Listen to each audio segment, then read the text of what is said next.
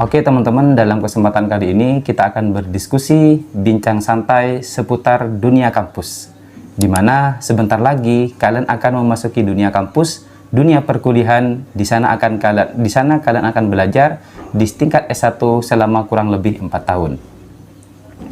Ada beberapa catatan, mungkin ini bisa bermanfaat bagi kalian yang saat ini masih bingung mau ngambil jurusan apa atau ngambil prodi apa di sebuah perguruan tinggi yang dimana kalian di sana akan belajar kurang lebih 4 tahun. Yang pertama yang harus kalian tentukan adalah ketika kalian mau belajar di sebuah perguruan tinggi dengan prodi tertentu, kalian tujuannya untuk berprofesi apa untuk sekedar studi atau mencari ilmu. Ketika kalian mau berprofesi, setelah kalian lulus, setelah kalian wisuda, punya ijazah S1, kalian fokus mau berprofesi, maka catatan yang harus kalian perhatikan adalah profesi apa yang akan menjadi profesi kalian di masa depan. Jadi, maka ambillah jurusan atau studi di mana jurusan itu menjadi passion atau kesukaan kalian. Semisal, kalian sukanya di dunia arsitek, desain misalnya, maka kalian harus masuk di jurusan arsitek. Karena jurusan arsitek itu setelah kalian lulus, kalian akan berprofesi menjadi seorang arsitek misalnya. Bagaimanapun, kalian harus memilih jurusan arsitek, ya walaupun UKT sekarang sudah mulai tinggi dan mahal. Tapi ketika kalian nekat dan punya keinginan, insya Allah akan ada jalan di sana. Mungkin ada jalur beasiswa atau beberapa jalur sehingga kalian bisa mudah dan mampu untuk menyelesaikan atau membayar UKT di jurusan arsitek itu. Sehingga ketika kalian lulus, nanti kalian sudah enak bisa menjadi seorang arsitek dengan mudah. Kenapa? Karena kalian sudah difikirkan mulai sekarang, saya mau jadi arsitek setelah saya lulus, atau saya ingin menjadi perancang sebuah bangunan. Maka sekarang harus milih itu. Jangan ngambil prodi atau jurusan ikut teman. Ini banyak ditemukan oleh teman-teman saya ketika saya dulu kuliah S1. Karena temannya ngambil jurusan pendidikan fisika, kimia misalnya, dia ikut-ikutan. Teman saya ke sana waktu SMA, SMK, akhirnya dia ikut-ikutan. Setelah dia lulus, dia bingung. Kenapa? Temannya sudah jauh di kabupaten lain, di daerah lain. Setelah itu dia pulang ke rumahnya sendiri. Dia bingung mau kerja apa. Kenapa? Dia ikut-ikutan. Padahal profesi itu tidak ikut-ikutan. Kalian sendiri yang akan bekerja di sana. Jadi yang pertama, kalian harus menentukan mau jadi apa kalian atau mau berprofesi apa setelah kalian selesai wisuda, setelah kalian selesai kuliah selama 4 tahun itu. Kedua, carilah jurusan di mana jurusan itu lulusannya dibutuhkan selama 4 tahun ke depan. Bukan tahun sekarang, tahun 2024. Kenapa? Karena kalian akan studi di perguruan tinggi itu kurang lebih 4 tahun. Maka carilah jurusan di mana jurusan itu dibutuhkan dunia kerjanya 4 tahun ke depan, bukan yang dibutuhkan sekarang. Misalnya, dalam dunia kesehatan, perawat atau bidan. Sekarang lagi ngetren, beberapa rumah sakit di beberapa kabupaten atau wilayah itu butuh bidan dan perawat. Tahun 2024, apakah itu akan dibutuhkan di tahun 2028 atau 29 atau seterusnya? Belum tentu. Oleh karena itu, ketika kalian mau ngambil jurusan, mau berprofesi apa, harus dicari dulu, searching atau googling, sharing bersama teman-teman, cari informasi. Setelah saya lulus 4 tahun ke depan, apakah jurusan yang kalian pilih itu akan dibutuhkan di sana? 4 tahun ke depan, ngetren apa enggak? Butuh apa enggak masyarakat atau negara kita, negara Indonesia? Ini yang harus kalian perhatikan. Sebab kalian ngambil jurusan sekarang yang lagi ngetren, tapi belum tentu ngetren 4 tahun ke depan. Contohnya, kayak jurusan multimedia misalnya. Sekarang lagi ngetren dibutuhkan multimedia, editor, kameramen, dan lain sebagainya. Tapi 4 tahun ke depan belum tentu. Kenapa? Karena sekarang sudah ngetren yang namanya AI, apalagi 4 tahun ke depan. Segala macam aplikasi AI, segala macam web AI, itu sudah semuanya akan tersedia. Kalian mau desain misalnya, mau ngedit video, kalau dulu harus pakai PC, komputer, atau laptop, sekarang cukup pakai yang namanya HP. Itu semuanya sudah ada. Beberapa aplikasi editor, kalian juga tidak harus belajar di kampus di sana. Cukup kalian belajar atau tidak.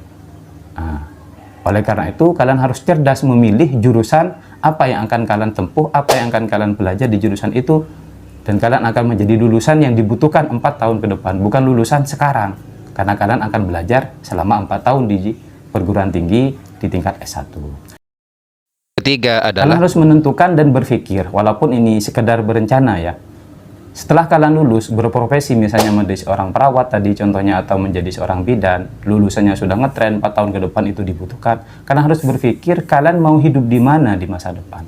Apakah kalian akan berprofesi di tempat kalian, atau kalian mau berprofesi bersama pasangan kalian di daerah baru, di kabupaten baru, bahkan di provinsi atau di pulau baru misalnya.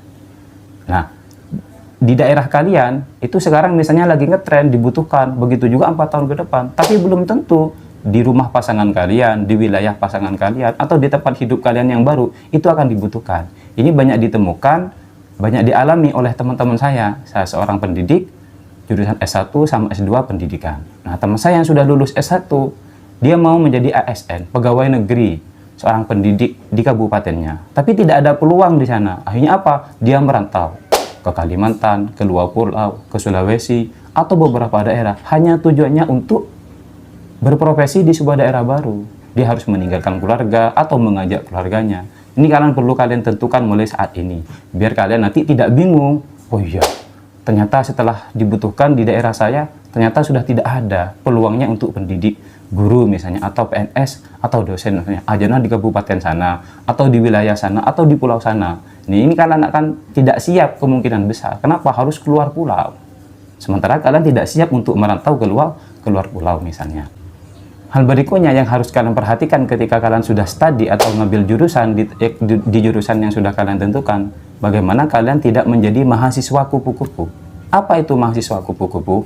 Mahasiswa ini yang istilah ini yang sering saya dengarkan dulu ketika saya masih kuliah, baik itu S1 ataupun S2. Mahasiswa kupu-kupu itu adalah mahasiswa di mana aktivitasnya hanya kampus pulang, kampus pulang, kampus pulang. Tidak jauh beda dengan tingkat siswa. Di beberapa kesempatan yang lalu kita sudah mendiskusikan bahwasanya dalam sebuah perguruan tinggi itu ada yang namanya Tridharma perguruan tinggi. Pertama adalah pendidikan, penelitian, dan pengabdian. Di samping kalian harus melaksanakan 3 Tridharma perguruan tinggi ini, yang tidak kalah penting, kalian harus memanfaatkan kegiatan organisasi intra atau ekstra yang ada di kampus. Biasanya yang di prodi atau jurusan kalian itu ada namanya HMJ atau Hima Prodi.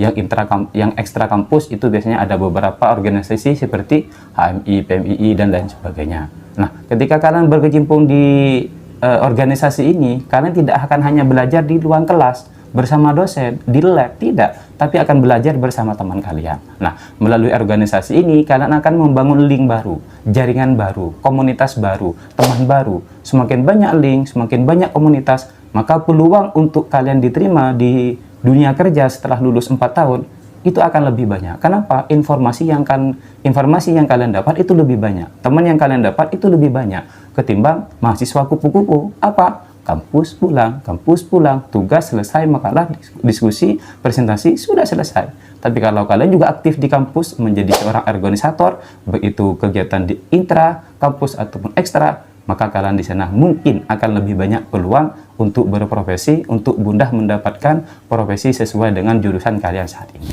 Hal yang kedua yang harus kalian perhatikan ketika sudah kalian mau fokus kuliah atau studi di sebuah perguruan tinggi, tapi kalian tidak mau berprofesi, tapi tujuannya hanya untuk mencari ilmu, memperdalam ilmu, dan menambah pengalaman. Maka kalian tidak perlu mikir-mikir, saya harus ngambil jurusan ini karena masa depan dibutuhkan, saya harus menentukan, merencanakan hidup di kabupaten saya atau di luar atau merantau. Saya tidak harus, ya macam-macam lah sebagaimana yang kita sampaikan tadi. Cukup kalian fokus belajar di jurusan yang sudah kalian pilih. Misalnya jurusan fisika, atau jurusan matematika, atau jurusan kesehatan, atau jurusan ya macam-macam. Tapi kalian sudah fokus di sana. Nah, setelah kalian lulus, kalian mau ngapain dengan jurusan atau ijazah yang sudah kalian punya dari perguruan tinggi tersebut?